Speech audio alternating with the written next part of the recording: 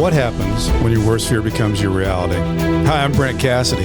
Welcome to the Nightmare Success In and Out podcast, where we explore how to overcome your fears and nightmares and set yourself free. We're going to be exploring this topic with guys I was in Leavenworth with and others who survived their own nightmare. These stories can be inspiring, sometimes sad. There's some humor, but hopefully you can come away with a nugget of something that'll help you knock down some of the prisons you built up in your own mind. All right, Nightmare Success listeners, we're back. And I have got some good stuff today. I know you guys come here for the good stuff. What happens when your worst fear becomes your reality? How do you adapt, survive, overcome, set yourself free? Well, I have Ronnie Langford with me today, and man, what a story. I've been reading up on him, and then he was just telling me a little bit more about it. He's also, this man can sing. This man can sing. He's got the Linkboyz, and he does his stuff with Danny Mitchell. They go by different names on this, but I'm going to try to play some music. I've done this before, so I could screw it up, but I think we can make it work. I got faith in you. And I actually think Ronnie knows how to work this board probably a hell of a lot better than I do. So we'll figure it out. But before we get into all this, I want to recognize our sponsor. The show is Auto Plaza Direct. And you know, it's like, Ronnie, who likes to go spend a couple of weeks walking the lots of a car lot, you know, looking for a car? Nobody likes to do that. And then you got to spend like 4 or 5 hours in the dealership to try to buy the car. It's kind of like a trip to the dentist. Oh, nice. Nobody likes that, No. right? No. Well, this is better. This is a better way. Pain takes all the hassle and the getting the car, the pain away. Auto Plaza Direct. They're your personal car concierge. Do you just tell them the car you want, what you can pay, and they'll go out and find that car for you. They'll negotiate your best price, and they deliver that car to you in any place that you are. They also offer you warranties and financing. It's full service. Go to autoplazadirect.com to get started with your personal car concierge, the new hassle-free way, the car buying experience you deserve. Auto Plaza Direct. Tell them that Brent from Nightmare Success sent you. Okay, let's jump into this. Ronnie, welcome. Hello. It's nice to be on the podcast. Well, Thanks appreciate for the invite. it. And we just figured out that we've got some connections here. First of all, Shane Spurgeon gave me your name, and he had an incredible podcast. And it's got, I mean, he still gets listens. That's and awesome. Then we just connected that you were with Jim Brock. Yep. Same time? Same time. Yeah. Isn't that weird? Yep. We were actually going to the same college in there. Washington University came in and held actual college classes on our campus. That's something. And it's crazy. And the one thing I didn't do while I was introducing, I thought it was interesting how you look on their website on Linkboyz, and it says, I used to be a raging drug addict, an alcoholic, womanizer. I'm just catching some of these here. Yeah. A high school dropout. I used to be homeless in psych wards, rehabs, jails, and prison. But God butted into my life, right smack in the middle of my prison cell. Amen. Come on. Wow. Yep. Wow.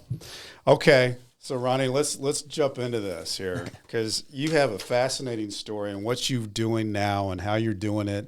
You just told me you're getting ready to go back to prison to talk. Pacific, the same prison I left from a year before my eligibility, and on this Friday, you know, That's God wild. works in mysterious ways.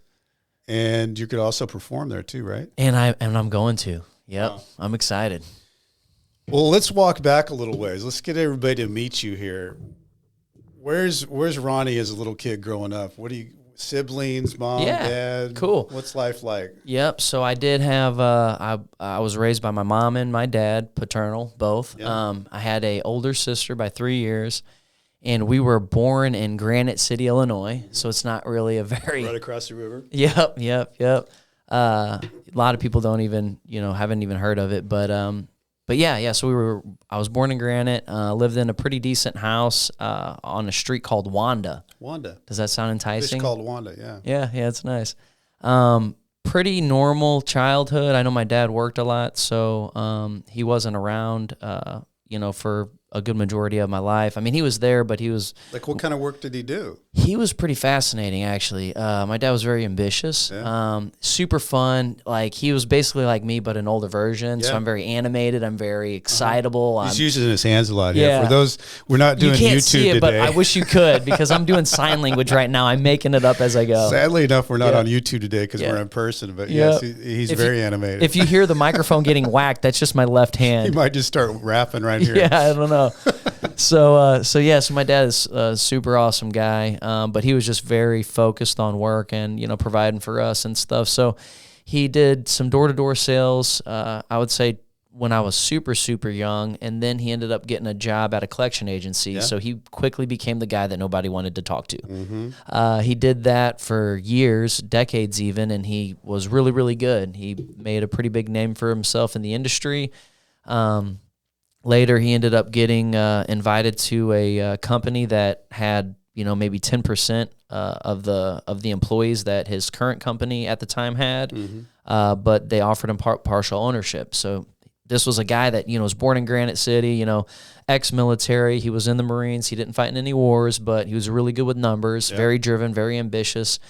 And but you didn't see him a lot. I didn't see him a lot, What about your mom? Did she stay at home? Oh, man, mom was superwoman. Okay. Yeah. And not to say that my dad wasn't phenomenal and amazing, because he still was. Yeah. He was just very, very focused on work and stuff. But yeah, mom was Wonder Woman. I could almost get choked up just thinking about her, because for the majority of my childhood, she was stay at home, and she was very, very involved with us kids. So picture the just superwoman, basically. That's who she was. She's cooking for us, there for us, hung out with us. If she was ever at a family event, she was always around the kids. Yeah. Like, she just connected real well with them, and she was amazing. So yeah, I had a pretty normal childhood. I did have a couple little hiccups in my growing up. I moved at the age of 7 from Granite City to Parkway District.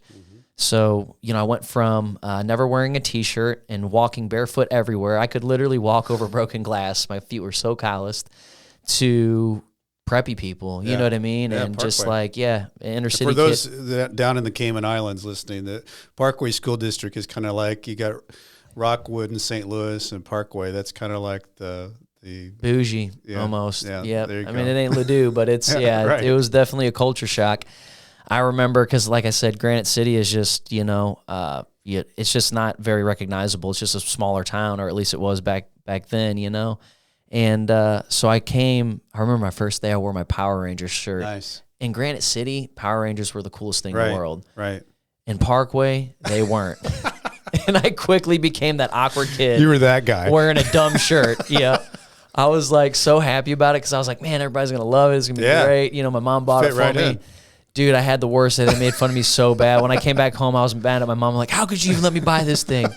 And it was her fault, of course, right? Yeah, right. So you couldn't have made that mistake. No, but it was just weird, I guess, So you didn't feel like you fit in at Parkway. I didn't feel like I fit in, no. So did you have siblings that was part of this whole transaction? Yeah, so I had, like I said, I had an older sister. It'd have been cool to have a brother, you know what I mean? But I didn't. I had an older sister, and she was, quote unquote, smoking hot. So I was kind of that guy, Oh, I know your sister. Yeah, oh, she's super hot. Yeah. And I was like, man, so I had that whole, kind of complex growing up. I had a weird thing with my mom. Well, my mom too. My mom was hot too. So she's, Like I saw some guys down, like when I get back with them, they're like in their 50s now. Hey, how's your mom doing? I know, it's like, no, my mom's 70 something. What's Bro, wrong with you? Look, I literally went through the same thing. There was like two things. Like, I was never really a very combative person. Like, I have the things that'll push me over the edge. It was very weird though, right? Yeah, but when it came to mom and sis, there was just something in you that you just didn't really like hearing that, No, it's very awkward. Yeah, so like the cool thing is only until like these recent couple of years, maybe the past 3, have I been able to process people when they say things like that. And now it's not even offensive. I'm like, well, she's her own person. Right. She's very beautiful. Both my sister and my mom are. Yeah. And I'm just like, it's cool. Yeah. I mean, that's between, that. And I realize that it's between them. Right. Exactly. You know what I mean? It has nothing to do with me. Yeah. But for whatever reason, I just took it personal. I was like, I feel like I got to fight this guy. Yeah, you're saying something that makes me feel really weird. Yeah.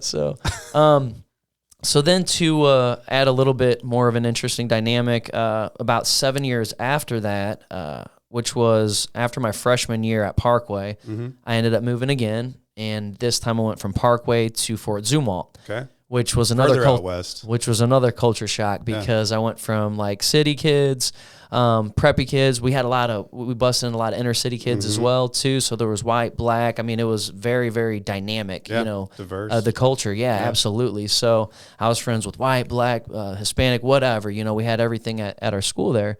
When I moved to Fort Zumwalt, there was like maybe a couple black people, and other than that, it was predominantly white and country. I mean, when we moved to the house, because we were living in a villa until the house got finished. The house got finished, we moved there, and my neighbors. I remember the first time I met them, they were in a golf cart. And they were all in camo, spitting, chewing tobacco with shotguns. Okay. And they took me to the slaughterhouse where they had chickens and stuff, just like guts and intestines everywhere.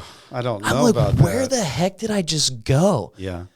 So it was super like awkward at first, but then like the more like it's just like anything. I just wasn't, I wasn't sensitive to it or whatever, or however you want to word that. Didn't feel natural, yeah. But after time, it just kind of became natural and it became kind of cool. So yeah. So did you actually drop out? Oh yeah, for sure. Yeah. Okay, so I mean, because that was a weird thing. When I read that about in your bio, I thought, well, it sounds like everything was kind of normal. Yeah. And then it wasn't. Oh yeah. So I'm giving you kind of like the general, like where I was moving. But things started getting sticky before I moved from Parkway. Okay. And in my middle school years, I was a skateboarder, so I guess you just kind of flocked to some rebellious people. Not that all skateboarders are, but we were kind of the cool kids, though. I mean, you could skateboard. Yeah. I mean, I thought it was pretty cool. We weren't the jocks or anything like that, but we had our own little. You played. You did skateboarding. I did roller hockey because I wasn't that good at ice skating, and I did a little bit of basketball. Stopped, and then I played 1 year of football. Okay. So, yeah, but hockey was pretty much the predominant thing, and then obviously skateboarding trumped everything. So, right. So that became your crowd, basically. Yep, that became my crowd. Yep. Yep. So about midpoint in my 7th grade is when some of the guys, and I was friends with jocks or just whoever, in Parkway, I was friends with everybody. And part of that was probably because like moving from Granite to Parkway put me in this mode of like, oh, I just want people to like me. I want to fit in. So like I quickly just try to be relatable to everybody, and I was to a certain extent. So anyway, some of the jocks, as I would refer to them at the time, they had older brothers, and they had, getting exposed to cigarettes and weed and stuff. So I started dabbling as well, smoking cigarettes and doing the clone thing, the mouthwash thing, trying to hide it from the parents and stuff, and started smoking weed. And it seemed like it just went really fast from there because like we went from just like smoking a cig, smoking some weed to like, okay, now we're skipping school. In 8th grade, I think it might have been a little bit of 7th grade, but definitely in 8th grade, we started skipping school to like rob people's houses. Yeah. Which was crazy. Like you're only like 13, 14 years old. 13, 14 years old, had a good life too, so it's like it didn't really make sense. More the adrenaline and being part of the gang. Yeah, I guess so, it's just it was just strange. So I did, and what was I going to say? Did you get caught? Yeah, we got caught. So that was bad. I didn't get caught stealing until like later. But yeah, and that was in my like Fort Zumwalt years or whatever when I started getting, kind of caught for that. But I was getting caught getting high, drinking and smoking and stuff. And then what did that revolve back to your mom and dad? Did they know about it? Oh my gosh, dude. I'm going to tell you what, like my dad, was absent. I don't want to say he was absent. He was on business a lot. Yeah. When he came home, it was late. The poor guy worked late, so he got home maybe 7:30, 8 o'clock. He eats his dinner. He's got 10 minutes on the TV and he falls asleep. Then he's got to deal with this stuff. Yeah, and then he's got to deal with this stuff, right? So like not going on pops, but he just wasn't really there. So I think I was trying to fill that gap. I wanted the attaboys. I wanted to be accepted, and approved, and so I started hanging with the wrong crowd. And then in my freshman year, we started smoking. We were smoking like before school, during school. We'd skip and go to the woods. It was just silly. And then in school, which we ended up getting caught, I had to go to disciplinary school for a couple months or whatever. And then after that year, I ended up moving to Fort Zumwalt, and it got way worse because I gravitated to the same people. because they accept you first. It Sure. seems like, you know what I Yeah, mean? they became part of your family. Part of right? my family. Yeah. And I was like, this is familiar and stuff like that. So I started, hanging with them, and, everything was available then. Like Yeah. there was so many different drugs, narcotics, alcohol, weed, everything. And started experimenting with them and just went super hard, super fast. Started overdosing. Like from 10th grade to midpoint junior year, like I had been in a couple different hospitals, rehabs, homeless. Let me think here. My parents and my administrator, I would get in so much trouble in school that like my parents and my administrator were like, look, no matter how much we ground this kid and try to pull him away from his friends, if he goes back to school, he's still around him. Like it's Sure. like in this weird case, they're like, I think it's better that he's not even here. Like maybe he can go get his GED, finish his education. Let's get him away from these people. Right. So like it was encouraging. Of course, I wanted to quit. Sure.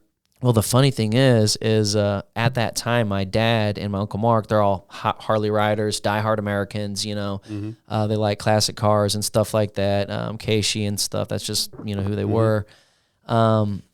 And they opened a bike shop called Old School Choppers. So if anybody was out in the St. Charles area and stuff, during the years of like 03 to 05 to like maybe even, probably like 02 to 05, you would be familiar with Old School Choppers. If you rode, you would, because everybody stopped in our shop. Well, I went from doing high school and that to going to GED classes and working full-time at a bike shop. And things got crazy again. I bet. So I went from hanging with, my friends or whatever to hanging with my uncles, which was super awesome. My grandpa, they're older, yep. And then hanging with some biker buddies that were at the shop, and it was just wild. We were around bikes a lot, not like that they would allow me to do anything crazy, you know what I mean? At the time, like I was coming up on 18 or whatever, and everybody was able to drink controllably. You just stay at the house or do something. Everybody was drinking here and there, and smoking was just kind of acceptable. And compared to my overdoses, they were like, well, if Ronnie's smoking and he's just drinking a little bit, okay. He might be okay, and then they're praying that I could get those chains broken as well, so, but I had some really amazing, awesome years with my uncle. Shout out to my Uncle Jeff, who's still alive, but my grandpa, who was with us with the shop, which was my dad's dad, my dad and my Uncle Mark, they've all passed since. Wow. Yep. And so like it's just from that era, really just me and my Uncle Jeff left, and my mom, she was, part of the shop as well, but my grandma Lois, she passed as well. And then we got Uncle Mark's wife. But it sounds like that was a good time in your life. It was in a lot of ways, because like I learned so much about bikes. I learned so much about my family. And the weird thing is I was like as young as my other cousins, but for some reason like that gave me a door into that side of my family that a lot of people didn't get. Sure. Because I was working with them a lot and, hanging out, and it was just really, really neat. I know my cousins, shout out to Jamie and Sarah. I know that they wanted to spend more time with their dad, Mark, who was my dad's middle brother. So then when they hear about the stories that I tell them about him, you could tell that they're just like, man, I wish I, was able to meet him or whatever. But yeah, so that bike shop obviously isn't to blame or anything. But, I guess I was just bent on getting high and just kind of running that rope out. And I did. I hit like 100 rock bottoms before I hit the ultimate rock bottom, It's weird because it's like you think like once you hit it that there wouldn't be anything below it, but if you keep digging, you're gonna find find another level. Yeah. So I did. And I guess I'll just take you up to the point which led me to prison, which is the rock bottom. It was June 11th of 2010. I had just gotten fired. I ended up working for my dad's company. That was one of the jobs that I got. And I got fired. I couldn't rap back then, but I wanted to try to play with lyrics. So I actually got fired repeating just really bad, toxic, like mainstream rap type stuff that, is just bad. And I was like whispering it, and there was somebody on the call. I ended up getting fired from it. That. Broke my dad's heart, you know what I mean? And I'm just like, man. But I was already in such a dark spot by then, because that would have been like 24 years old is how old I was then. So coming from like, 13 starting to then, and then bike shops was 16, 18, things started getting kind of rocky then as well. Super rocky. I seen a lot of dark years for a long time. Addiction, way lost its fun. It's a phenomenon that I didn't die, though overdosing multiple times. It's just a phenomenon that I'm still here breathing. That you survived. Yep. So I get fired in January, and I'm jobless for about 5 months, up until, June or whatever. With your parents? Parents. I'm living back at home with the parents. I had just had a townhouse. I've lived on my own and lived with people, but it was never for very long because I just couldn't manage my life. Yeah. You hear that phrase, right. Well, with addiction, you go in and out. Oh man, it was bad. So couldn't manage my life. Living at home with the parents. I had just gotten my Infinity in the shop because I was wrecking it, and it's getting a transmission replaced and some control arms and stuff because I ran into something or whatever. Everything that I had was broke, or I was in between this or that, or it was always something. Just messy. Messy, yep. So my mom let me borrow her truck. I was doing these outpatient treatment program because, let me back up a little bit. During this time, I was involved in an outpatient treatment program because I just got out of another psych ward. You have an overdose, they send you to a psych ward. That's just what happens, So part of the stipulation for me to get out. How long were you in the psych ward? I don't really remember, but I would say only for a few weeks, probably. You know what I mean? I just visited a psych ward Saturday. Dude, it was some of them are nuts. Wow. Yeah. So yeah, it's wow. That's probably the best explanation. There's voluntary and involuntary psych wards. Right. Been in both. Voluntary is way better, but still pretty nuts. Yeah. But anyway, so I got out of there, and part of the stipulation was that I did these outpatient programs and got a therapist or whatever. Okay. So I did. I got back. I was doing these outpatients, and I went and seen my therapist for the first time. Shout out Jean Preston. She wouldn't mind me sharing. Such a sweet lady. She was like your grandma, your favorite grandma, right? Okay. She was such a beautiful, awesome person, and she was a believer. She believed in God. She believed in Jesus specifically, and I just seen a very unusual side of God through her. It was so cool. It was like one of the first times I seen something that wasn't religion, I seen something different, dynamic, like family, and it was just weird just how she explained her relationship with God. It was like I would explain my relationship with you or somebody else. It was dynamic, communication. Right. So it was just nuts. I had a great time with her. For the first time, by the time I got done with that therapy session, for the first time ever, I realized that my drinking and drugging was just the symptom of the real problem. Right.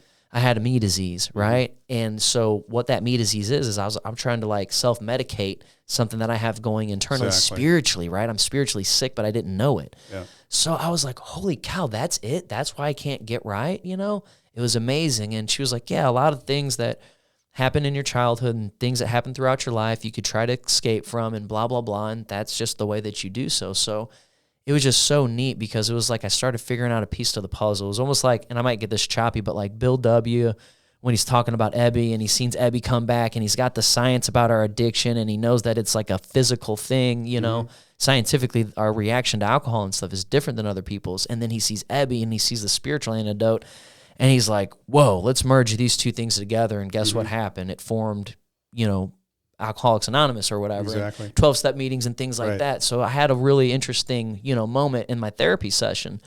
So that was pretty cool. I remember bragging to my best friend at the time. I got on the phone with him when I was leaving there. I was driving my mom's truck, because I have to go to these meetings. And I'm getting ready to pick him up so we could work on my buddy's Harley or whatever. And I'm calling him. I'm like, dude, you got to you just got to promise me you're going to go to this therapy. He's struggling. He was struggling as well, And he was all excited. He's like, yeah, I'm going to go. He said, it sounds awesome. And I remember just being so excited. I picked him up, and we're driving. And, I had the intentions to work. I believe I had the intentions to work on my buddy's bike, at that time. But, like, we were just excited and stuff. And then I think I was just like, man, it'd be cool if we just partied. You know what I mean? Or drank or whatever. So we're driving the truck back, and I say we're, but to that day, it was really me just kind of making the plans. Mike was probably just wanting to chill or whatever. And I'm driving back or whatever. And I remember we clipped this deer, like the head of a doe, actually. And it barely like touches the car. It's a Nissan Titan, right? So it just clips the front of the bumper, and it sends it spinning, in our rearview mirror or whatever. But then it's making this like wah, wah, wah noise because it hit it just enough to bend the fender to where it was rubbing on the tire well. Well, it was weird because, like, for one, that was the first time I ever hit a deer or came to anything close to that. And I looked over at Mike. He was looking at me, and we're just like, man, something's just weird about that. Like, it's just like it's like heavy, you know, like an omen or something's going on. So we're, you know, driving and we're kind of talking about it. And I got that in my mind, but then I also got the overwhelming desire to, you know, get drunk or high or whatever, you know. So we go back to my house, and my mom's like, "Oh my gosh, what happened? You know, we got deer hair in the tire wheel, and then the fender's bumped." And I'm like, "It's a deer," you know. And here I am, like I'm the victim or something, you know what I mean? And so we're going back and forth, and she's, you know, calling her insurance, you know. Feel sorry for the hell that I put my mom and dad through. Like, you never realize that in addiction, but it's like, oh my gosh, looking back at the memories and stuff, it's just, it's sad. So anyway, I remember, you know, we were going through that whole ringer and, you know, this and that, and she finally kind of calms down or whatever, because this isn't just one thing. This is like the billionth thing that happened. Always something. And I was like, Mom, but I really need to go over here and work on, you know, Mark's bike or whatever. So she ends up ultimately agreeing. I'm literally going like right down the street because he lives in a subdivision next to us, basically. So we're getting ready to do that. I go and make some chicken and hand a plate to Mike, and I, you know, get a plate at this time. Like, I knew of God, but I didn't really like have a relationship with him. So I always bless my meals though, you know. So I was sitting there praying, bless my meals. Get up, Mike's still blessing his meal. Super weird, you know what I mean? I mean, he started doing it after I was doing it. But for him to do it longer than me was just, it never happened. Literally, that was the first and only time it ever happened. And I remember just waiting because it was awkward. It was just taking him so long. And then when he was done, he just had this little smile, and it was only like nodded his head. And I'm just like, I would love to just, you know, pay any amount of money to find out what was said in that prayer. You know what I mean? Because something happened. So anyway, so that happened. We end up going out. I, you know, talk him into, you know, going out or whatever. So we go to our favorite spot, Hooters. At this time, I didn't drink and drive. I had 2 DWIs before. So I was the guy that would drive us to the bar sober, and then somebody else would drive my vehicle or drive their vehicle home, you know, because I had 2 strikes and I wasn't trying to get a third or whatever. So, but this time, I remember we went and we got like a 12-pack or something like that, and I ended up drinking a couple, like way out on a dirt road before we even went out, you know what I mean? And so we did that, and then we went to the bar or whatever, and it was our favorite spot. It was any guy's favorite spot, Hooters, right? I mean, I didn't even have to say that, you know? So at the time, that was just what we were into. So we went there, and for the first time in forever, I was actually having a good time, which was crazy because my addiction just for so long just and you had a good meeting with your therapist too. That too, yeah, there was a breakthrough there. And I just remember, you know, we were drinking and having a good time, and then all of a sudden it was just like, boom, I just blacked out, you know. Next thing I know, I'm waking up, and I see a really, really bright light in front of me, and I'm trying to like squint to kind of peer through the light, and I'm looking beyond the light. I see like this upper level. It's a window, and I see silhouettes of people with clipboards looking down on me. I'm like, okay, that's weird. Keep looking down further. Now I'm looking at myself. I realize that I'm completely naked. I'm on an operating table, and my legs are lacerated, flayed open, shards of metal and glass to the bone. I mean, it's just, it didn't look, it just looked gross. Seen a surgeon pulling some of the stuff out of my legs, and this is just the sick part of it, is that the first thought, like I'm looking at stuff, right, trying to figure stuff out, but I'm not really having a thought yet, right? I'm just trying to figure out what's going on. As soon as I figure out what's going on, I'm like, okay, something happened, you know. My first thought was, I want to get high. Now, at this point, I was already wasted. They already gave me pain medicine. Part of my deal was like I never felt like I was high enough, so that's what would lead me to the overdose. Yeah. So it's like I could have been plastered, but like in my mind, I didn't really feel like it. I wasn't there yet. So that was my first thought. I was like, I want to get high. So I start oohing and on, trying to manipulate the doctor like us addicts do, and then to give me some more painkillers. And I remember what happened is I asked him that question, you know, to see if I could get something for the pain or whatever. I remember he just like, he was already moving kind of slow and methodical as a surgeon, right? So he just got very like deliberate, methodical movements. He just paused there, you know, at what he was doing. He turned over, looked me in the eyes, and he said, what you really need to be worried about right now is your best friend who had to get air vac to another hospital because he's no longer breathing. So the whole getting high thing was just instantly terminated by that. Gone. Wasn't even thinking about it. And now my mind's obsessing over the fact of, okay, what happened for one? Right. And who was driving for two? And I know it's got to be bad, whatever, Mike's going through, but he's going to pull through. Right. You know what I mean? He might have got knocked out. He's not breathing. Like, something's going to, it's going to be okay. So I fell back out, blacked out again, woke back up. Now I'm in the hospital room, and I pick up the phone to call my parents to tell them what happened, call my mom, and they've been through stuff like this before, So at this point, it's not even a real big shocker to them, as crazy as it sounds. Mom's truck totaled. Calling dad and them, and they're just thankful that I'm alive. You're alive, right? My dad, Mike, was my best friend, so like he had presents at the Christmas tree. Like we were inseparable. We were like we did everything together. So my dad was going on his way to Mike's hospital because he was in a worse situation than I was, but mine was on the way. So on his way to Mike's, he ended up swinging by, stopping at mine, was just shredded, just torn apart, just wanting to get through this. My dad was he was a dreamer. He was, he's just an optimist. He always believed in me when I didn't and no one else did. I mean, he was going through it, right? Sure. But he was a cheerleader for you. Oh, yeah. It was so strange. Like, it almost irritated me at times. But, so we ended up, let me put my phone down over there. It was buzzing on us. But, so he ended up coming into my room. We talked for a minute. He ended up leaving to make a phone call. Made a phone call. Came back in the room. Things were different this time. I know that he was just fighting back emotions. He went to sit on my hospital bed, which he did. He put his left hand on my left thigh, and he was looking at me, and he was fighting to find the words. And he was like, "Hey, Ronnie, I'm sorry to tell you this, but they just pulled Mike off of life support, and he's no longer with us." And it was just like, dude, I don't know how to describe it, but like if your soul was in your stomach, it was like having it just ripped out and stomped on in that moment. And I remember it was just like instantly I went into like numbness and shock. I mean, I cried obviously then and at that moment, and I was overwhelmed, and I was hurt. I was confused.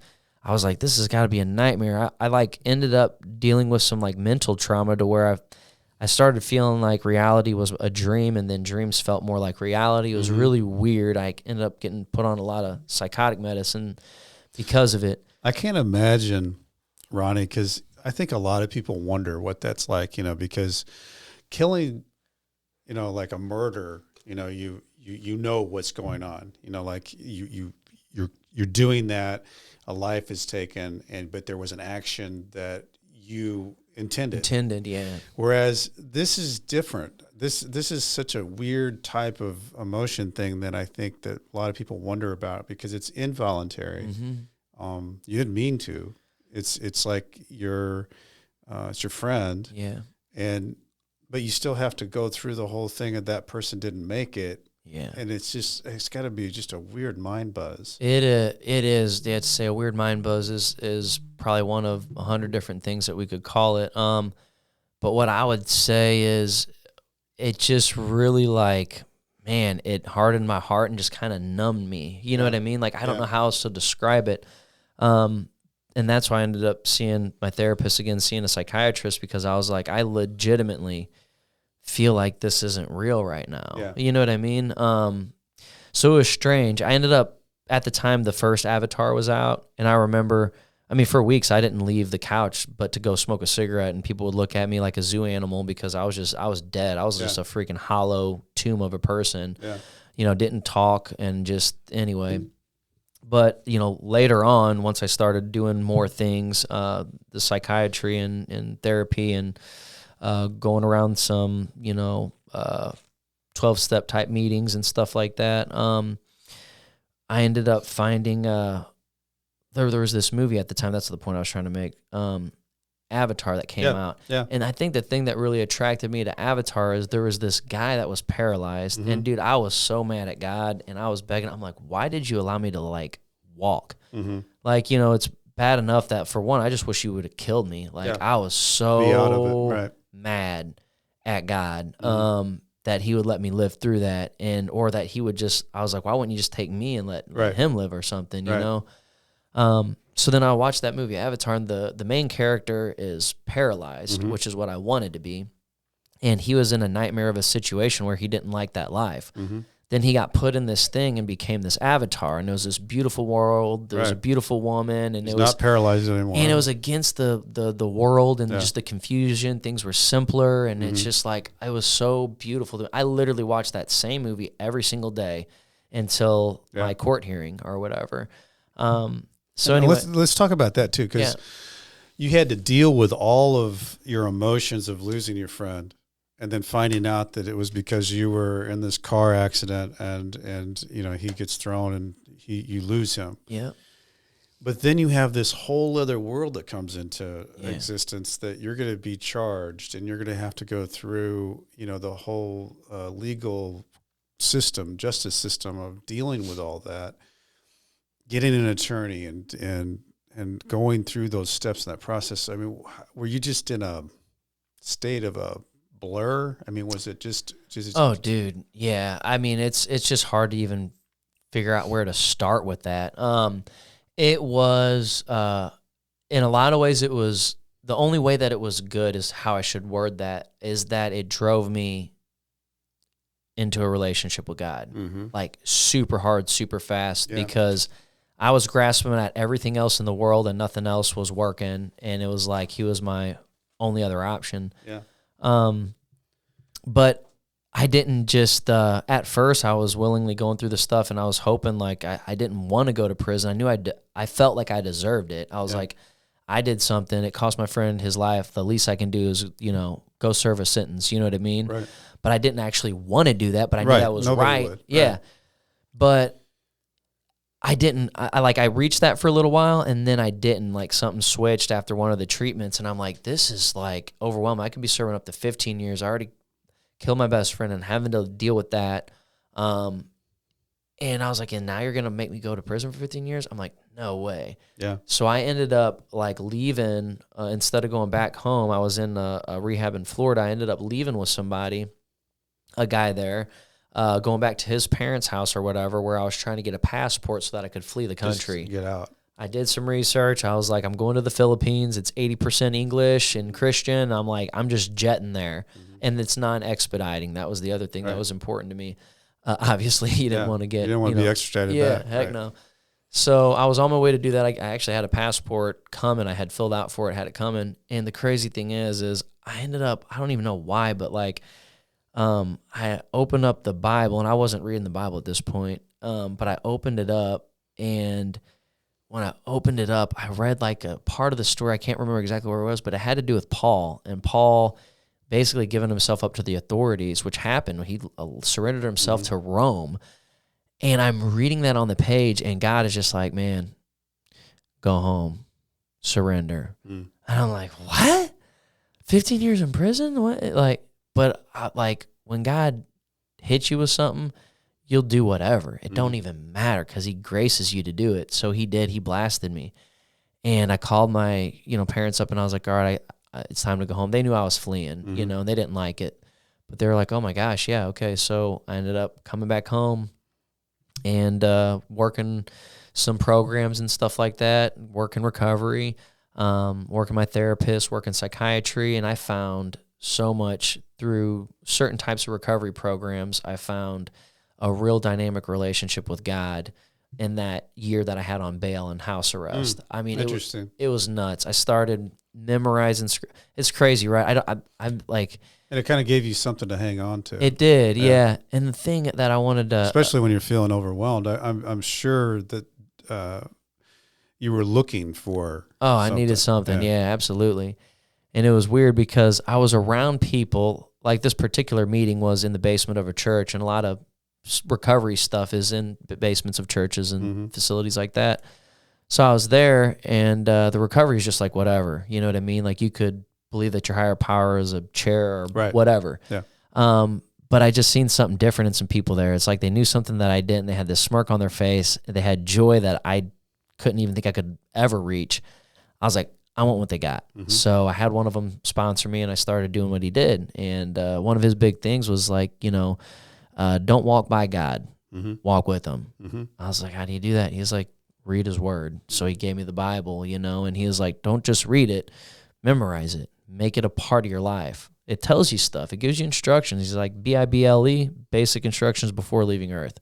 He's like, just keep it simple, stupid. You know what I mean? Read this, do this. So I did, and I started growing.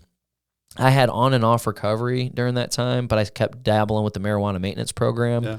But I had gained like a pretty good, I don't want to call it like a following, but it's kind of like a tribe of people that, seen me trying, and they just kind of flocked around me in recovery, through the faith, through family, through other friends that see me trying to do something different. And you felt that. And I felt that, yep. And it was crazy because there was a girl that was in a similar situation, and she had 2 offenses. She was involved in a drunk driving accident. She killed her friend who got ejected, and she served like a 120 in prison or whatever, like a treatment basically. So I was like, man, that's a possibility. I'm like, that would be so cool, And I was praying so much. I had everybody in the world praying. So many people praying that I knew that no matter what happened that day when that judge cracked that gavel, I knew that was God was behind that. You know what I mean? So I'll take you there. Let's just go there. Yeah. We're in the courtroom now. Yeah. Okay. Half of the pews or whatever are filled up with just people that support me or whatever. And it's amazing. I'm leaving out some of the details that I just want to be sensitive to everybody who was involved with the accident. So I just won't say much more other than that. But we had the hearing or whatever. It was a guilty plea, I think. Because we weren't fighting it or whatever. We were just trying to do a guilty plea or whatever. And I remember when the judge cracked the gavel down and she said the following. It just blew my mind. She was like, all right, and I now sentence you to 8 years in the Department of Corrections. And I'm like, wow. Totally didn't see that coming. I'm like, 8 years. I'm 24 years old right now. I can't even think about 8 years, I haven't even been an adult for that long, So everybody in the courtroom, already a sad thing. Everybody's sad, not the type of ending that we were thinking. But I knew I was the only person in the courtroom that didn't cry because, I just knew. I'm like, this is where God wants me. That sounds crazy, right? But sometimes He takes. So you weren't in shock, wasn't it? Well, so it's weird. Because I know when they slapped down 5 years on me, I felt like the breath in my body like it all left my. Yeah, no, there was. So did it surprise me or shock me that was the turnout? Yes, I didn't think for a second it would be that. But what was coupled with that and what worked in tandem was this knowing and understanding. You felt different. Because I was like, okay, this is assignment at this point. So it was weird. I remember my first. So that was, the court, and I'm saying my goodbyes, and I leave. There I go. They just handcuff you and handcuff me and take me away. Isn't that weird? It's just that's it. Weird. And I walked through a different door than I came in. Right. And it's then immediate. Yep, and they start booking me and stuff, and you're just trying to process the fact that you will no longer see any of the stuff that you just seen for your whole life just changed for 8 years. That's all gone, and I'm like, how is that even possible? I can't just go over to someone's house on a weekend and just have a weekend break or something. Yeah, and I think the thing that happens on that too, Ronnie, is that you have the physical part of it that, all the colors in the world just go, to grays and browns and concrete and whatever. But your mental thing is you can't do things anymore. Yeah. You can't just go to Quick Trip or you can't just walk and go for a walk out of the house. Watch a dog in the park, can't watch do a tree, watch anything. It's truly everything changes. Every single thing. So let's take a break here. Yeah. And we'll go into our other sponsor here for the show, which is AaronDuncan.net. It's a full-service global communications agency at AaronDuncan.net. Their job is to make bad news go away. This is something I could have used, by the way, when I was going through all my stuff. They're known as the trauma surgeons of brand crises, corporate scandals, high-profile litigation, legal investigations, prosecutions. They do crisis management. They do crisis communication. They do media relations, reputation management. They also do prison consulting and work with attorneys with discovery, more or less helping the process along to, if you're working yourself into a plea bargain situation, you get more leverage with Aaron Duncan. So if you're in a crisis and you need help, this guy knows how to do it. Mm-hmm. He's done it for a while. For a confidential consultation regarding crisis or reputation management, an advisory role, whatever, contact Aaron W. Duncan at gmail.com or text or phone 636-236-5071, aaronduncan.net, crisis trauma surgeon for bad news, making it go away. Okay, we're back. So we're going to talk about, Ronnie, you have now stepped into the other world. Yep. You stepped to the other side. It's like the reverse of the good stuff of Avatar. Yeah, it was. Like I went the other way. You went the other way. Yeah.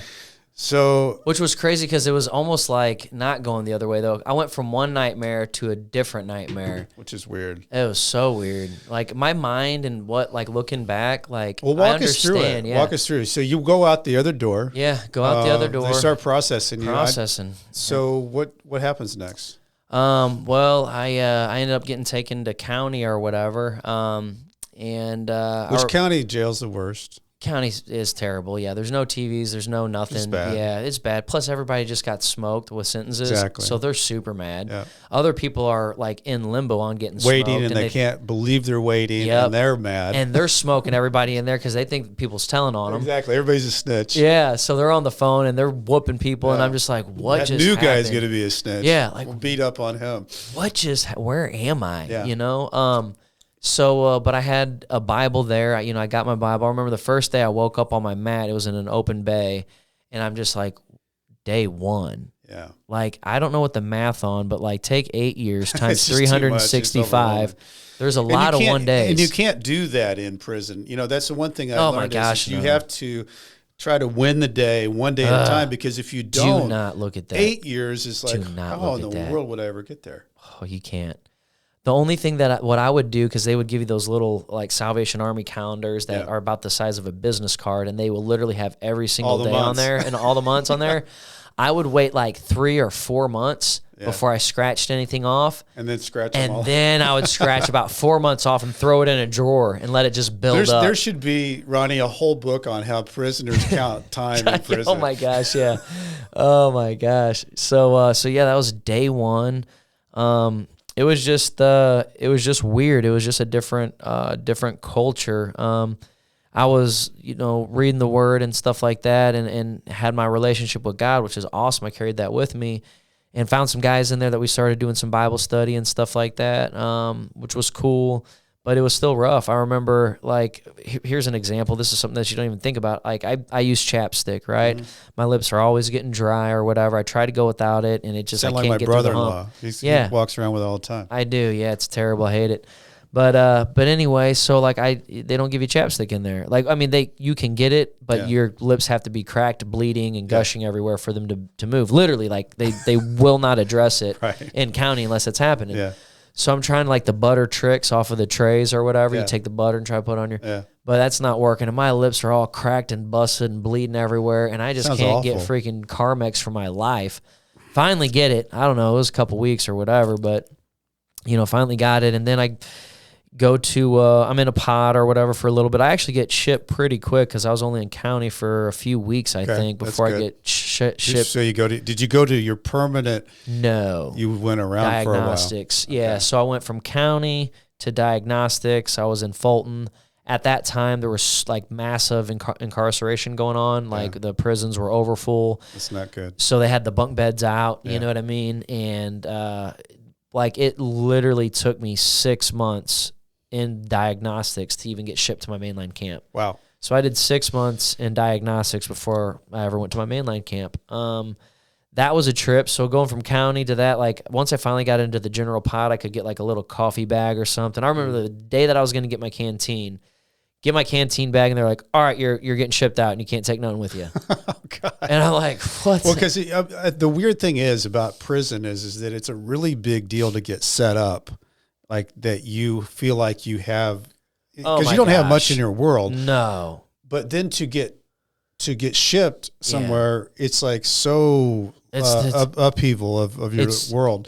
It's the same thing as like moving high schools, moving schools or whatever. I mean, I literally had to do it again, but I had to do it more often. Yeah. And so you're right. That's exactly what happened. Just when I started getting cool with some people, and I'm like, all right, man, I'm getting kind of a rhythm.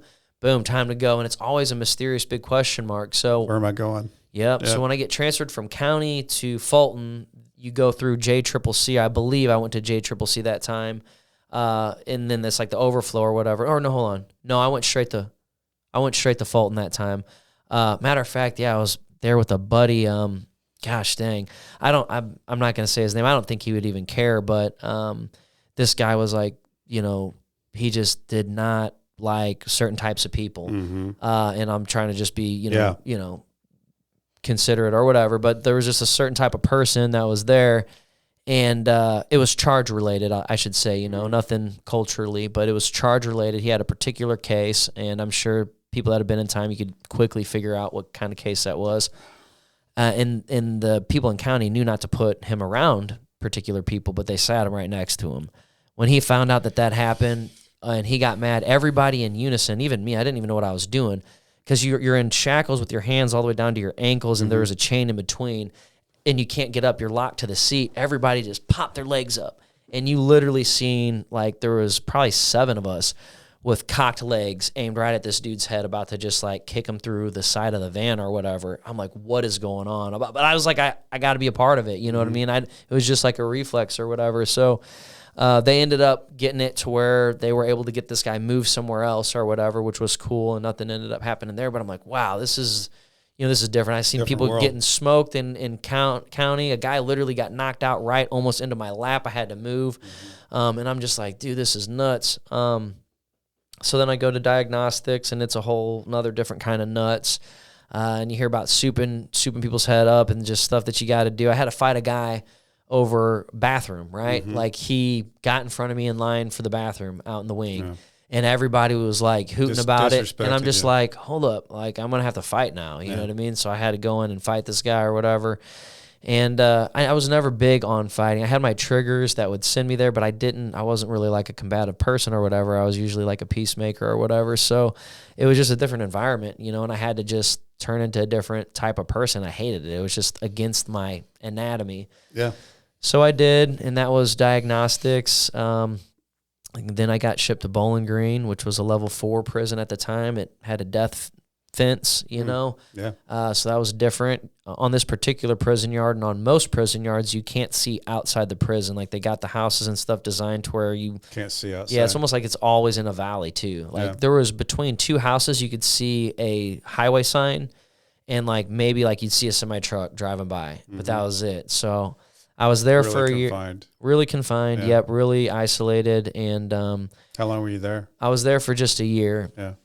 And that was crazy. There was mini riots, actual riot. There was stabbings. There was just like, everything that every day you had to look around. Oh my gosh. Yeah. And I was scared. I was 24 years old, and just gangs and just everything. It was just crazy. You have any mentors that try to help you out? I did, man. Shout out Dennis Patterson. If you're listening to this, and I'll try to remember to call him and have him listen to this, but Denny Patterson, man, he is awesome. It's a big deal when somebody helps you through the strange world. Yeah, he was a super cool guy, ex-military, ex-Marine, and he was just, I think he was from Kentucky. Sorry, Denny, if I'm getting this wrong, or Cincinnati, Ohio, maybe Cincinnati, Ohio. Sorry, forgive me for that. One of those two, but he's a country boy, and he just, man, nobody messed with him. He had done strong. Oh my gosh, like he had done 5 years, and I was his friend, and I was scared of him sometimes. You know what I mean? But he was super cool. I remember this one day, and I had a lot of cool things happen, a lot of in betweens and stuff. Everything or whatever. I experienced it all in there. But one of the cool things that happened was. There was this guy that just got out of, the hole. He was a shot caller for the Crips. He got put right across from my bunk or whatever, and he was cutting this guy's hair in my bunk or whatever. I'm like, oh crap. Yeah. Like this dude's way bigger than me, dude. Yeah. You know what I mean? Like he would smoke me in a fight. Yeah. And I'm like, I gotta say something to him. Yeah. I You can't be that guy. I have to say something to this Right. guy. I don't want to do that. And so I did, and it was so crazy. I didn't know why he didn't call me a B word or something like right there. And like, but he didn't or whatever. He was just like, complaining. Probably because he's seen that, some of the people that I was hanging around with, and he was just smart or whatever, or he's just political stuff, you know what I mean? Until like, he was probably just like trying to see, all right, I'm going to be barking right now, but not say anything deliberate. And I just want to see who all is involved or something. I don't know what, I have no idea. He should have just knocked me out. Yeah, you know what I mean? Right. I wasn't like a jerk about it or whatever. I was like, as courageous as you could be while being scared to death, So he was like, blah, blah, blah, blah, blah. I had to go to Med Pass, but it looked like he was kind of moving out of the area, and I had to go to Med Pass anyway, so I went to Med Pass, and I'm like, crap. Lacing my shoes up super tight, and I'm in my head, I'm like, I got to fight this guy. Yeah. I was like, I'm going to get whooped. I don't want to fight. I'm scared. And I remember when I came back, he was smiling and stuff. He's like, hey, bro, man, I just wanted to say, my bad. I was just, That's cool. He literally just did a year in the hole. Oh, like man. 1 year in the hole. And he came back and he was just being cool, man. You know what I mean? I'm like, wow, like, I was like, it's whatever.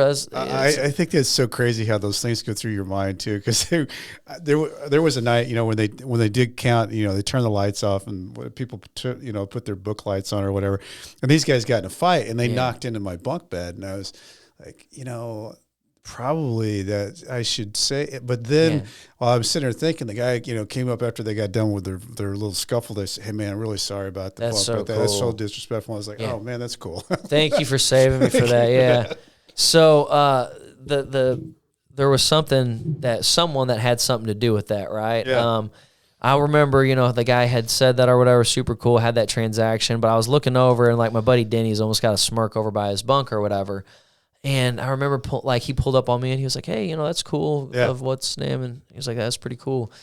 And I was like, yeah. And it's like he knew something. He was like, yeah. He was like, when you left, I just kind of, pulled up on him. I mean, like, not to fight him or whatever, but he just had, he was a respectful, he was a respectful for person, and he was just in a real kind way. He was just like, hey, man, that little guy's my partner, you know what I mean? Do you mind or whatever? And but he had respect, so he could approach a bro like that, right? You know what I mean? And another guy that recognized that. Some guys have that. Some guys don't. And he did. Yeah. I didn't. Promise you I didn't. You know what I mean? I had the opposite of that. I was a youngster. I had a hard way to go. But anyway, so yeah, he did that, and it was just super awesome. We ended up selling. I got kicked out into the other side of the yard, and then I went back to his side or whatever, and we ended up selling for almost a year together. It was awesome, man. He's the reason why I'm as clean as I am. Yeah. Because he taught me how to GIS. Guy. Oh, man. He taught me how to GIS cell and this rag for this rag for that. And we did it every single day. We cleaned our cell. We GI'd our cell. Really? So, and washed our laundry. Like, I used to be so, clean, but then I ended up getting a house and making it a halfway house. So I had to break those habits, right? But I used to be just like OCD with cleanliness because of it. So... But anyway, yeah, so that was Bowling Green. Ended up getting transferred to Pacific. I was still sober throughout this period, and in the whatchamacallit, diagnostic center. I gotten high one time in the diagnostic center, but other than that, was sober, and then was sober all through Bowling Green, except for like the week before, or day before I transferred. We ended up getting some heroin or whatever. And boom, it was off to the races. I get transferred to Pacific, completely different crowd again. I got to relearn everything. And, I'm in the wing and in the cell with people that are just going hard. And from that point forward, for 5 years of my incarceration, I was high, almost 5 years or whatever. I was high every single day of my life. There was only one day that I wasn't, and it was like 6 days that I couldn't get anything, and I just felt so lost and scared and anxiety. It was just, it was nuts. So 5 years into it, I'm in A wing. My buddy Ryan Summer was my cellie. Shout out Ryan Summer. I did 3 years in a cell with him. He might listen to this at some time. And, probably ought to interview him. Yep, have to interview him, absolutely. So we were in the cell for a while. We really jammed together. It was pretty cool. And I remember, we were getting high still, and at this time, people were just getting told on left and right. I mean, it was like crazy. my wing, reasonably so, because my wing had like 3 or 4 of the biggest dope dealers on the yard in my wing. So literally, like all the dope fiends wanted to get into. Sure, they wanted in there. They wanted into 2 House A wing. Yeah. You know, we were there, so it was cracking and it was going crazy. People getting dropped, 6 month setback, whole shot instantaneously. You know, so that's when I started these foxhole prayers. You know, I had a relationship with God. I had pretty much abandoned him. I would talk to him from time to time, but I pretty much abandoned him for those 5 years. I'm like, Lord, this is a different world. I don't really see you in here too much. You know what I mean? Like, I don't know where you're at, but it's like, this is dark, you know, and it just was easier to just blend in than to stick out, or so I thought anyway. So I was, you know, the COs were coming to do the urine analysis and people were getting dropped left and right. I'm doing these foxhole prayers. I'm like, God, if you just let this CO pass up my cell, I'll sign up for a church service, you know. Boom, he'd pass up the cell. I'd get the paperwork out. I'd fill it out, you know, and I'd sign up for another one. And then I'd sign up for another one because I'm doing these bargains, right? Where I remember I ended up doing so many bargains that I was basically going to church every night of the week that you could go, you know, and then I was out of bargaining tools. Yeah. So, but I was just like, I have to like keep going to these services because if I don't, then I'm breaking my side of the bargain. Right. Yeah. So then I won't have anything to, you know, argue with or whatever, collateral. So I started going to these services and stuff, and like I said, you know, I had the foundation of my relationship with them, but I was getting high still, and it's like you don't really want to be in church when you're getting high, or so I thought. You know what I mean? Because for my whole life I felt like, oh, if you don't got your crap together, don't feel like an imposter. Yeah, don't go to church if you still got hurts, habits, and hangups. Right. Dramatically wrong, right? So I was going into church and I was like, wow, it's crazy. Every time I go in here, for one, I'm accepted, you know. I don't put my business out there, but everybody knows I'm the biggest dope fiend on the yard. Right. You know what I mean? And I'm just like, every time I go, I always felt good. By the time I left, I heard something. You know, I got a message, I got a word, I heard a song, you know, God was speaking to me.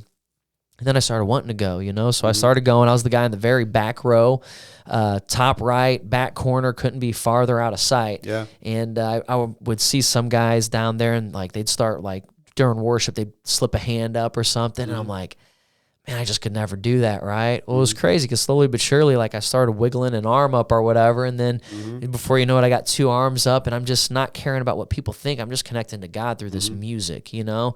And if somebody would look up my way, I'd shoot my hands down, you know, and just kind of play it off with like a little like rock. Like everybody cares what you were doing. Like hear what I was doing, but I was so plexed up. Like something that was a huge like root of insecurity was I cared what people thought so bad that it made me be accepted. And not, it made me not a genuine person, you know. It made me a chameleon. So I'm just in the initial stages of having God lead me through dismantling that, right? To just find out who I am and being comfortable being in my own skin. Have a really funny story about that too here in a little bit. So I'm doing that, slipping my hands up and stuff, and one of the brothers comes up. His name's Barry Roberson. Shout out Barry. You want to interview him. He's out here doing good too. Got a good cleaning service and stuff like that. Good for Barry. Yeah, super awesome. This is like a I don't know how to, like Pentecostal, you know, prophet. Like, you know, when he would speak, you would just get the haze in his eyes, and it was just wild. It was a wild experience, you know. But I remember he just got transferred and he was speaking and preaching and you know, working with some guys, and he was building a choir at the time, right? He had seen some amazing things in Charleston, which was a Supermax. It was the 5. And he was like, man, God's giving me a word that he's going to do the same thing here. So he's trying to get people, you know, involved and stuff like that. And he taps me on the shoulder one day. He's like, hey, I want you to sing in the choir. Funny thing is, now, he said that I could sing earlier. What he meant is I can rap.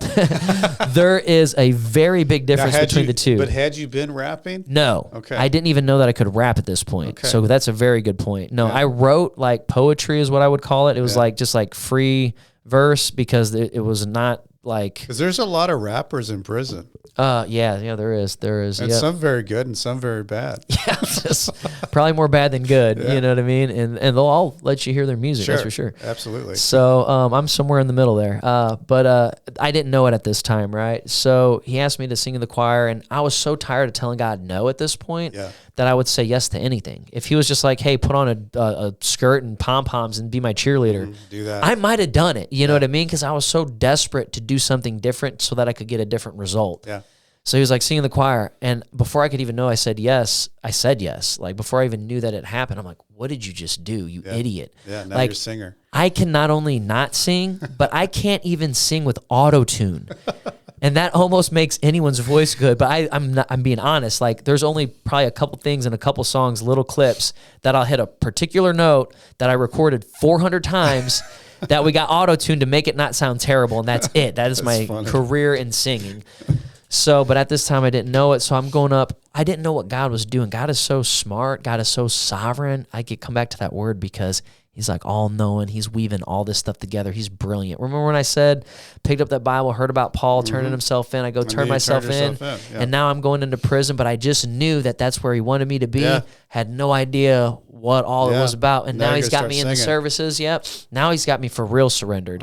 So what he was doing was he was trying, because I had such a big fear of public speaking. I still battle with anxiety and stuff at different levels for different events all the time. Yeah, never gone away. Does. Yep, never gone away. But it's more manageable because me and God have developed a track record at this point. And I'm just like, man, God, you've came through 150 times before, so you're going to come through again. There we go. Yep, so you just kind of work through that. But anyway, so I started singing in the choir. What God was doing is he was trying to get me past the paralysis of public speaking. I was so fearful of it that he wanted to put me in front of people. But he knew that he couldn't just call me up to give like a story or to speak alone because then it'd be all eyes on me. Right. Yeah. So it was a choir. So now I was the guy that was opening, like lifting my hands up in the back, didn't want people to see me, shooting them down. Now I'm in front of people and I'm like, man, like, when I would have certain songs that would really hit home and I'd really feel like, God's presence, I would be able to lift my hands up and I would be in reckless abandon. Didn't care what I looked like. I was connected to God, and a lot of times I closed my eyes. It was me and him. But it was beautiful because it was genuine. Right. And then sometimes I'd open my eyes and I would see people connecting to God through the music and then also through seeing me connect to God genuinely. Very important word in that, right? And then I was like, wow, that's interesting. So maybe I should try to press into just not caring what other people think and just try to worship God because it's ministering to people. So I do. And the thing is God was just getting me used to, like I said, getting used to people seeing me up there. So one of my other buddies, Eddie Cross, who I'll probably see in Pacific, he's still there. He's getting out soon though. He ended up handing me he would always hand me a mic because I was so scared of it. And he's like, get ready. God calls up leaders, bro. This is you. You're going to be on a microphone. And I was just scared of it. Well, he ended up calling me up to give my testimony shortly after I was doing the choir singing and stuff. And I was involved in church. People kind of knew of me, but I was not sober yet. I was still getting high and struggling. But God met me right there. It's so crazy. But he met me right there. And I ended up singing or saying my testimony one time. I did it. It was knees knocking, arms shaking. I mean, I was petrified. But the message that God gave resonated with some people. They came up to me and they're like, man, you got a gift. Yeah. You should press into that. Yeah. Terrified. Totally didn't want to, but I couldn't say no. Yeah. I was tired of saying no to God. So I was like, all right, I'll do it again. I'll do it again next month. So one thing led to another. That just became a thing. I just became speaking. You got more and more comfortable with it. Speaking regular. Stepping out of the comfort zone. Yep. And I was still battling sobriety. There was one service that I was so high on heroin, I was overdosing. I was waking up, found out that I couldn't breathe, exhausted, trying to catch my breath. I don't know how long I had stopped breathing, forever, scratched my nose purple. It was bleeding. And I couldn't go to a service. There was another time I was high on meth for 3 days. I didn't sleep in 3 days, and I had to go to choir rehearsal Sunday morning and act like I was tired. So I was trying to fake a yawn to make it look like I wasn't tweaking or whatever. But I say that, and I give you those graphics just to encourage people. If you're not open to the idea of God, or just you have this experience with religion, I'm just here to tell you there is a creator, an intelligent designer out there who will literally meet you wherever you're at. And it's mind-blowing. You are so welcome. So I got to ask you this though, Ronnie. So when you're going through all this and then you start stepping into, from what I've read, you started this experience that happened for you in that room and then connecting with those guys, then you started getting sober. But then you started really bettering yourself. Oh, man. Through the GED, go with Washington University. Can you walk us through how that happened? Yeah, I would love to. So this is an important fun fact, or not so fun fact about me, but I was a high school dropout. I dropped out dead last in my class mid-junior year. So what that means is I was literally the worst student. They mentioned that at my court hearing in case I forgot. Yeah, You know what I mean? right. Just, For everybody he's like, to oh, by know. the way, Yeah. he dropped out dead last in his class. That's this guy. This is the man. So I was the guy that could never get right. I always struggled in school, and I thought that I was stupid. I had a complex that I was stupid. I was always a stoner and everything else, so I never knew anything. Kind of factored that all in. Yeah, and I never knew anything about anything. You could ask me about like something that happened in the world that everyone knew, and I'm like, what? I was just like an idiot. My parents would apologize for me. They would be like, I'm sorry, he's been stuck in a stupor his whole life. It was just a thing. So, but I remember like I had done no schooling. So let's back up. I had said that I was in the bike shop, right? And I was taking GED classes. What I didn't tell you is I took my test. Okay. And out of 2,250 points, I got 2,240. Wow. Failed. Never went back to take it. So this is years later. I'm in Pacific, and I want to get, I'm working with God, and I'm wanting to get my GED. Well, he put me in for the classes. I take the locator test, smoke the score. Wow. They're like, all right, let's put you into the advanced class. Smoke the score. They're like, all right, we're putting you in for the GED. Totally different mindset now. Totally different mindset. I had not done 1 ounce of schooling. I have no idea how I had any of the knowledge to do any of that, math included.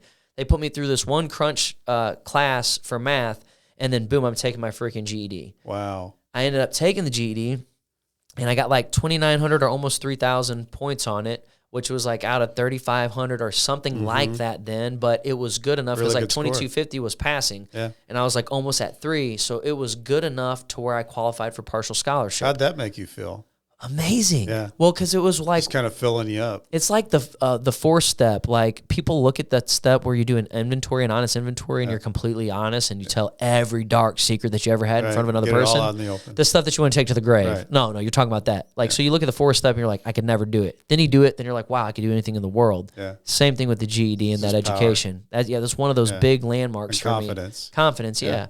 So got that, and I was like, wow, that's just crazy. So I ended up getting that before I had the really awesome metamorphosis with God. Now, I said that I had started it before my incarceration. Yeah. So I still had a gist of God, and I still was walking, but I wasn't really walking with them. I was getting high and blah, blah, blah.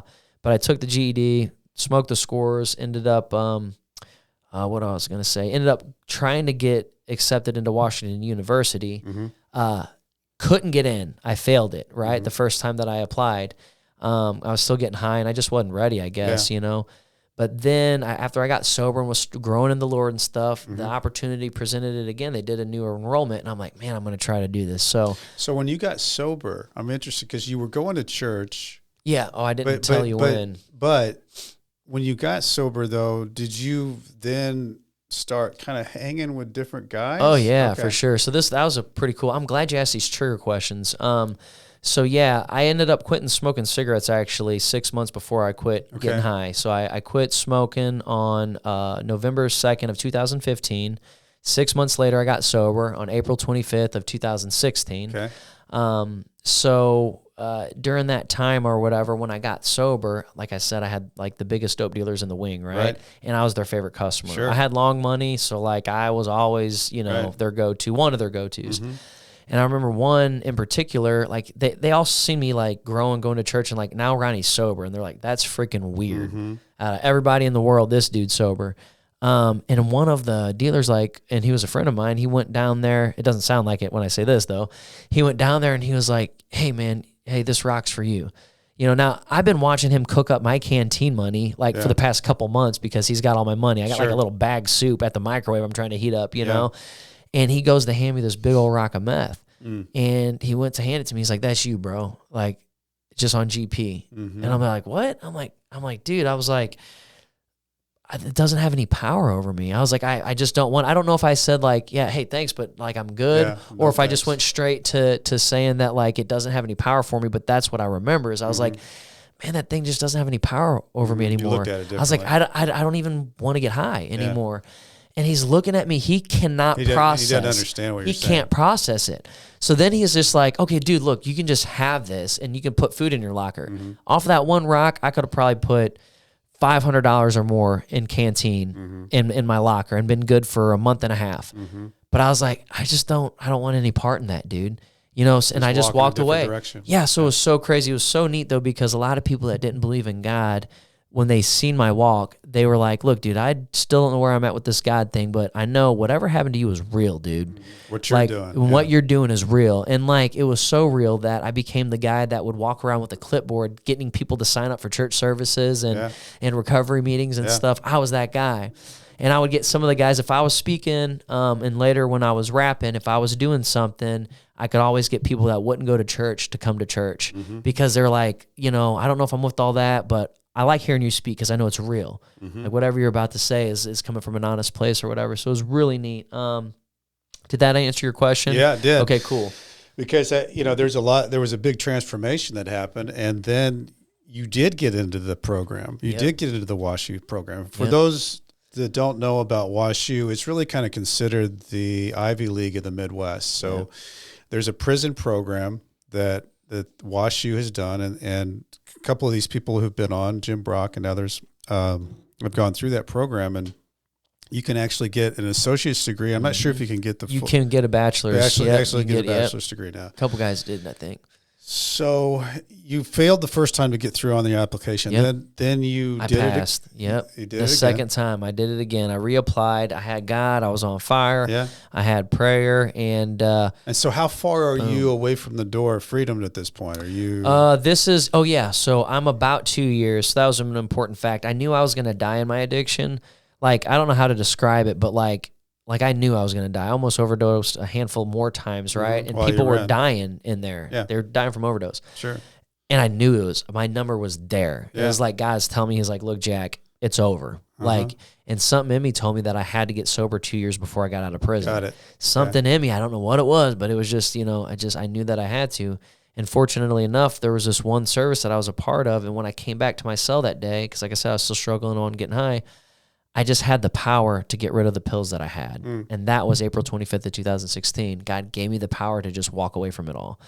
And it's just crazy. I don't know how to describe it, but he did the heavy lifting for me. But you felt strong enough that you could push all that away. And not even just feeling strong enough, but like what was a heavy like duffel bag full of barbells that would drive me to the ground, it was no longer there. There was no weight. That's pretty It was wild. just like I could pick those pills up like a feather and just flick them a football field away. It was just nothing to it. It's so strange. That is that strange. rock of meth in front of me had no power. I didn't even have to get high. That I had could have to feel sold it. so different for you. So different. I still, Well, let's do this. Let's talk about, so you get into that. I'm assuming that you do pretty well in that program. I did. Yeah, that's a good thing that you asked that. So that's a pretty cool brag point on God because he came into my life and everything changed dramatically. So I went from the high school dropped out dead last in his class, to I worked halfway towards my associate's degree in WashU while maintaining a straight A grade point average. Wow.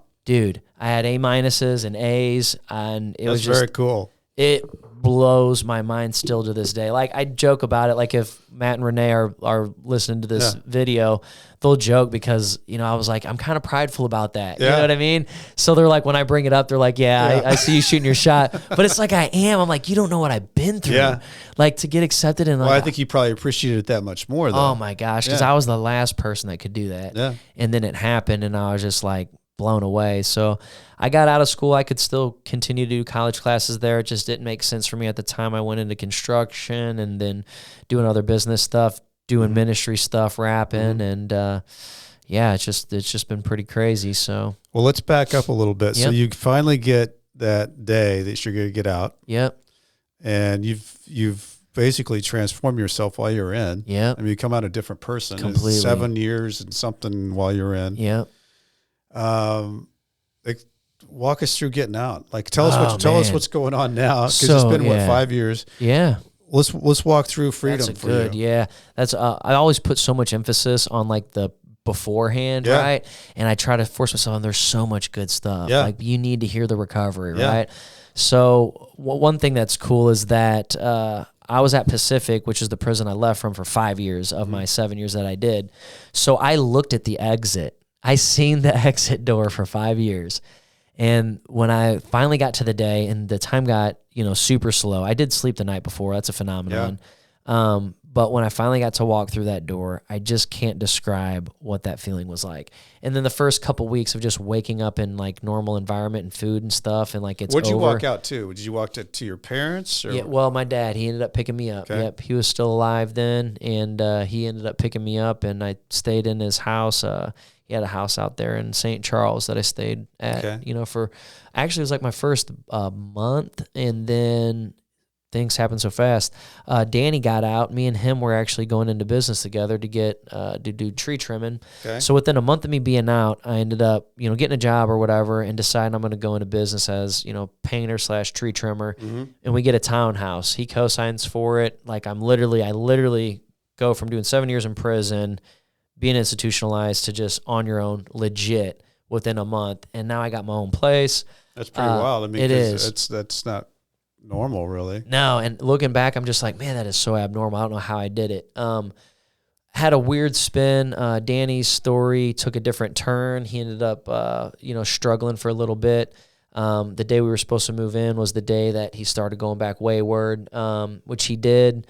He's got a beautiful redemption story. His just took a little bit more time. Mm-hmm. So, he's going to be on this podcast soon enough. And I mean, for the guys that want to check out the Linkboy, you can see a lot of different things on YouTube, but I think you guys are on Spotify and other things. Spotify, Apple, Amazon. Yep, it's Linkboyz, and it's a pretty. Well, let's talk a little bit about this. So you get go because you've got a 2-year-old boy now. You've got a house.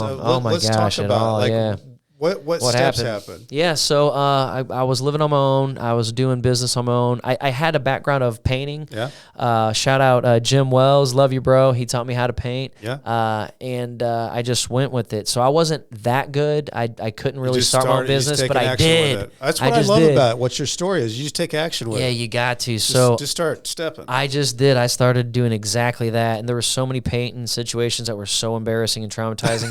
And I was called Handyman Painting and Landscaping at the time. That's my name, because I was like, I just need to market to whoever. Yeah, everybody just wants this. Hire me. I will give ice cream. I'll do anything. Yeah, I'll walk your dog. Yeah. So I was doing that, I was doing the painting and stuff. And I got better over time, but it was so crazy because it's like living on your own, super expensive.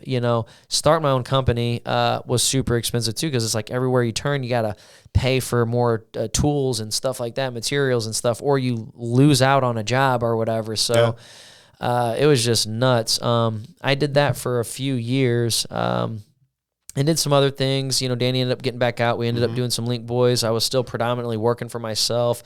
It wasn't until about a year and a half ago that I got a different job and things started to change on that front. But I ended up going to my home church. Shout out Connect Church STL and Pastor Chris. He came in and did these services called Connect Worship, which was just phenomenal. He's the reason why I'm getting back into Pacific. He's one of them. That's awesome. Shout out Rick from Constructing Futures and Andy as well for helping me get in, and then the warden as well. But yeah, so where was I at? Well, I was you start stepping in, getting painting. Yep. Was rooted into, that's right. So I had that career as painting, and then I went to a hybrid to where I started working for the church. Yep. And then I started doing, I became the recovery director, which was super cool. I helped lead Celebrate Recovery there. Yeah. From the day that I got out, like the next month or two, me and Brian Brown started leading Celebrate Recovery there at Connect Church. So that kind of probably helped you connect back in. Oh, yeah, for sure. My church, because a lot of times when you get out, you got to have people. Yeah, exactly. Dude, and that's one of the huge missing links, and that's why when Chris, Andy, system. And Rick and I were meeting with the warden, we were like, that is one huge disconnect, huge but this is what we can offer, you know? So my church body, dude, had fed me with so much work, fed me with so much resources, fed me with accountability and just purpose. That's awesome. It was unbelievable. Yeah. So like you have got to have people, because it's so easy to just get a text from somebody from the old life and want to go out on a Friday night. Exactly. And you've been gone, and it's just get back, good times and all that. But you went on a different path, so you made that work. Yeah. So you've got a 2-year-old son. 2-year-old, yep. Married? Married. Married? Yeah, married. And you got your own house? Got my own house. Crazy homeowner. You're doing well with your job? Doing good, yeah. I do sales and development for ServPro, so if anybody needs any disaster services, please call me. Yeah. You know what I mean? It says cleaning, restoration, construction, ServPro. Yep, I know ServPro. ServPro's a big company. Yep, heck yeah, it is. Yeah.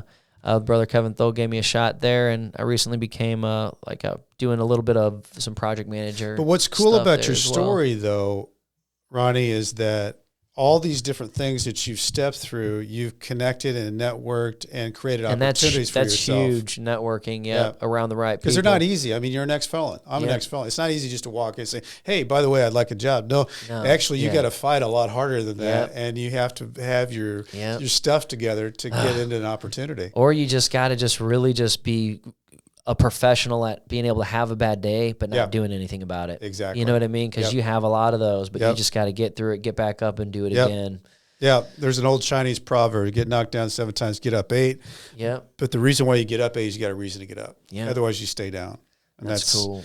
I want to play some of your music here. Yeah. So, Addiction. This is Addiction, Linkboyz. But it's cool because they're in a place where... Can I tell them? Yeah. So, and in the scene at the set of this is actually in the trailer that my buddy Danny was getting high in. So when you see these footage, it was in the very spot that he was at the epitome of his addiction. So just so crazy that we were able to shoot it there. I mean, it looks you are in that trailer park. Yeah. Am I ever gonna quit? It's wild. All the stuff on the walls and with these walls closing in, cause I can't escape them. I can never face them. Every time I try, I just fall on my face and back to the abyss where I'm deep in the pits of depression when I'm stressing over me and my kids. And I'm feeling so sick. Think I need another fix. Time to get the syringe. Back to the darkness I live. This is our bro Cody Coulter, who is an ex-felon as well. He's in recovery. He's on fire for God and doing awesome. He's got a family. But you guys check this out because they got good music. I mean, if you go on YouTube, you can see how it's the real stuff. Yeah. It's cool. I mean, it's the good stuff. I got to ask you because I ask everybody this, Ronnie. I mean, you've just told us a heck of a story here. Yeah. I mean, at certain points, I didn't think you were going to survive, but you're sitting here, so you didn't die. Yeah. What do you think's your biggest takeaway through all of it? Yeah. I feel like that everybody has like this hole or this lack in their life, and we can fill it with everything in the world that we want. Yeah. But I don't think that anything is going to truly fulfill us like having a relationship with God. And which is all your whole story. It's my whole story. Like, I know I don't want to seem like a preachy guy or whatever, but the only way I can explain it is but God, 2 words. Like in my testimony, it says that, God butted into my life and I started walking with him and everything changed. Everything that I couldn't be, I became. From homeless to homeowner, from dropout dead last in class to straight A's at Wash U, from single for 12 years to a wife and kid happily married. I mean, like... It's very cool. From like unemployed to business owner, and it's crazy. It's a complete 180. When Everywhere. I look at all this stuff and read up on you and seeing what you're doing, I guess the thing about it is because this show, it's not really a prison show. It's about inspiration. It's about overcoming, believing in yourself, and each time that you could have, and especially in prison, you really took a fork in the road and just decided I'm walking away from everything and going to walk a different direction. But then when you got out, it would have been really easy. Oh my God. Just to fall back into all the good feeling like this is home but it's still there. You stayed on the right path and look where you're at, man. Amen. Yeah. And the temptation is very real and it's still there. It's just, now that I got a relationship with God and I got a network of people and I've got a system, you know what I mean? People, places, and things, right? It's huge. It really is. Yeah, it has everything to do with everything. Yeah. So cool. Well, Ronnie, man, I really appreciate you coming on. Just before we get out of here, well, the best way to get a hold of you, I guess we can look you up on Linkboyz. Yeah, please do. Boys with a Z. Yep. All one word. What's the easier way to get a hold of you? Just you're on Instagram, Facebook. Matter of fact, let me pull my phone out real quick and I'll tell you what my Instagram handle is because I would love to talk to anybody that's struggling. You've got good stuff. I mean, you can help somebody out. I would absolutely love to. So if you slide in my DMs, I'm not one of those guys that want to shy away from it. Like, I love it. Right, you know what I mean? Yep. So let's see here. My tag is, my personal tag, which is what I'm going to give you, is the letter J, 7 _ and then Linkboyz, Linkboyz. And then our Linkboyz Instagram is just Linkboyz _ and then 17. Yep. And then I'm on Facebook too. You can look me up as Ronnie, Ronnie, J7, just spelled out, J-SEVEN, Langford. And yeah, man, hit me up. I'd love to talk to you.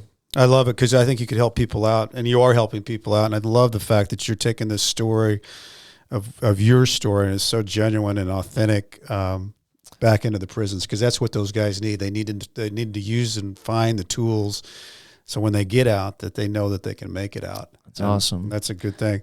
For those on social media, guys, go to that little thing on Apple Podcasts, the little 3 things in the corner. Let that drop down. Follow the show. Amen. Yeah, leave and then it really helps the show. Yeah. And leave a comment on. You can write a review. It's really easy. You just kind of scroll down the page there.